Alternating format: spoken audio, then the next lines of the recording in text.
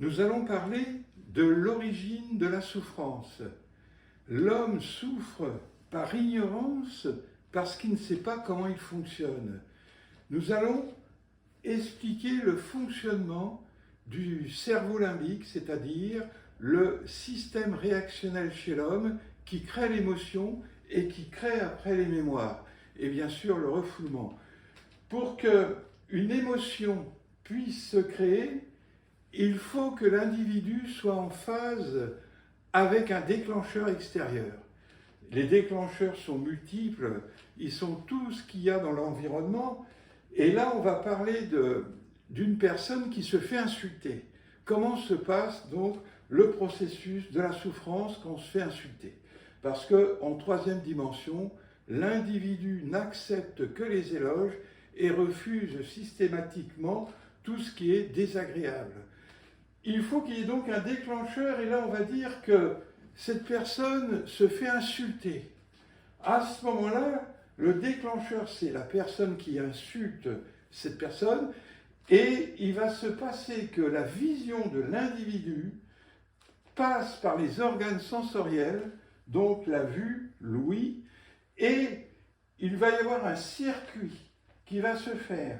L'insulte passe par le thalamus, passe par l'hippocampe pour subir une évaluation. Et cette évaluation, bien sûr, ça va être « je n'aime pas ». Je n'aime que les éloges, je n'aime pas les insultes.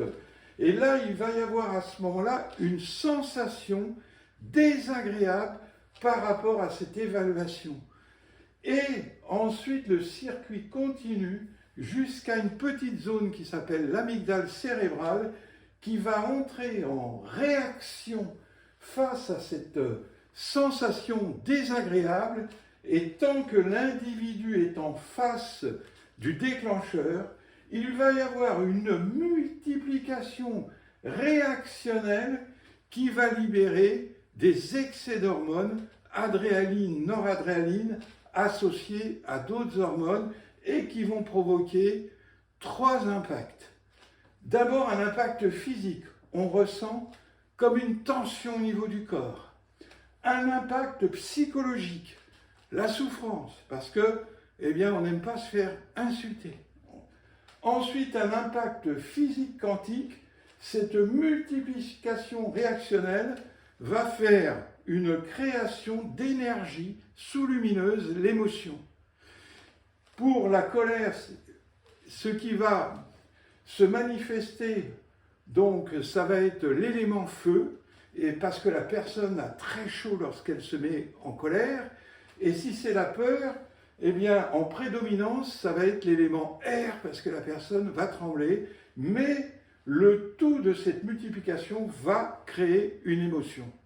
Alors, l'individu, lorsqu'il ne sera plus en face du déclencheur, va passer à ce moment-là en phase d'épuisement réactionnel, et les hormones vont s'éliminer progressivement dans le sang. Mais l'énergie est là.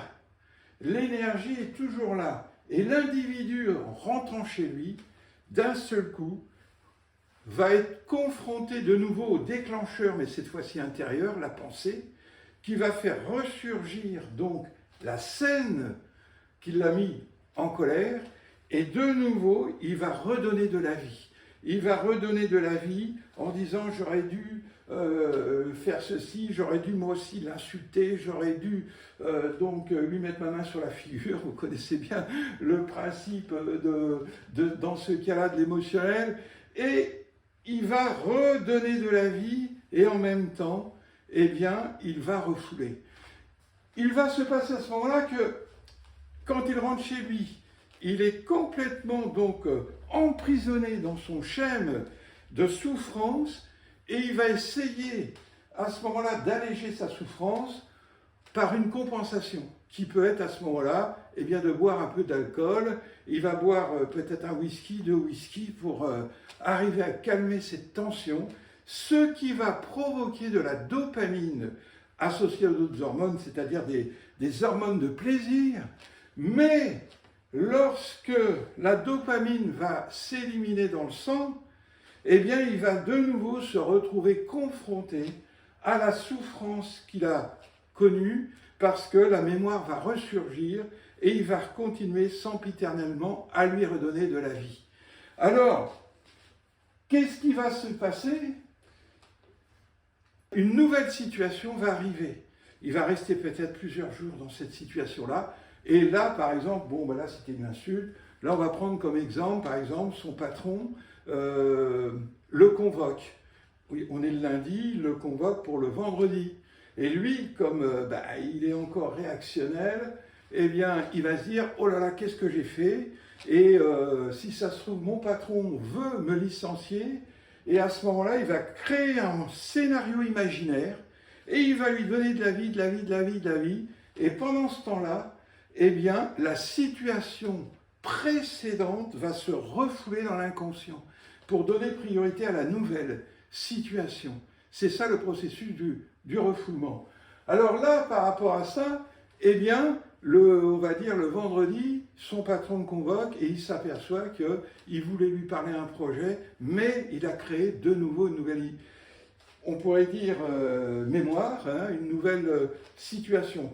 Alors, la mémoire qui a été refoulée, elle va venir par loi d'attraction s'associer dans son inconscient aux mémoires donc anciennes, ce qui va faire grossir un conditionnement.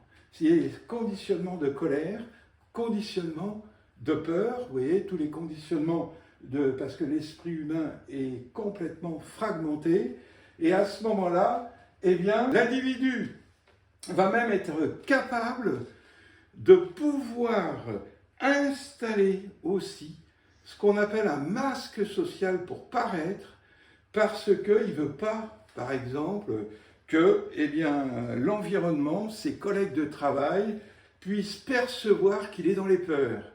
Et il va à ce moment-là, c'est pour ça que cette petite amygdale cérébrale est très très très importante, je vais dire au niveau de la réaction émotionnelle, parce qu'elle va produire une énergie par laquelle l'individu voudrait qu'on le voie.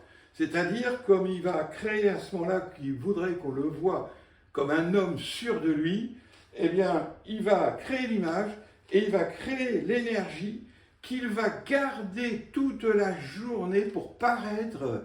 Mais quand le soir, il rentre chez lui, eh bien, aussitôt le masque s'arrête et va ressurgir donc toutes ces situations de souffrance non réglées.